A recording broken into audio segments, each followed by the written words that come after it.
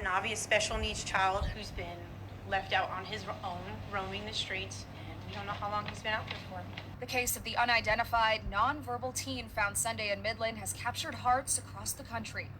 Days and thousands of shares later, still no family has claimed the boy who writes the name Cordarius. Because he is nonverbal, he can't communicate with us. He can't tell us what he's feeling, where he's from, where he came from, who he was living with last. So we actually have no idea where he is from.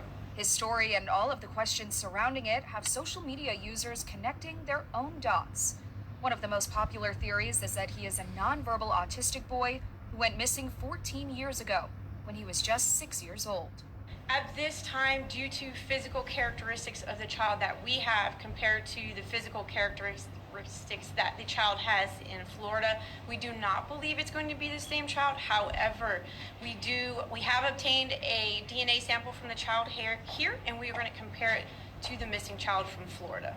DNA testing could take several weeks, and MPD says there have been no matches in school records, no matches in federal benefits records, and no matches in missing people's databases. This is a rarity, yes sir. It's the first time that I can remember a situation like this.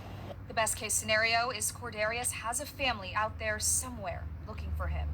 But if there's no match, if they couldn't find a family for him, his family, then he would be in permanent state custody.